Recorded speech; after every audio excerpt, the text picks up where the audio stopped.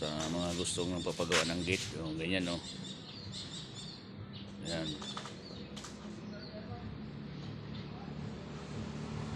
Mas matibay yan, guys.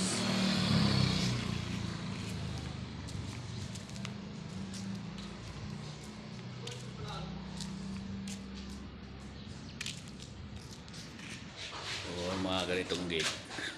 Yan.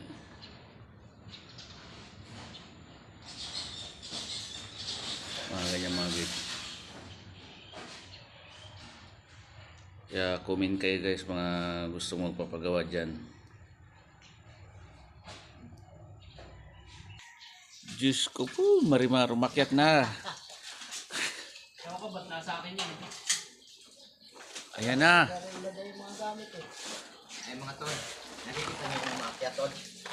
Ayan na, ang isang pintor. May lahi yan. May lahi yan tol. Kung gusto nyo magpipintura yan, kontakin nyo yan, oh. Magaling yan.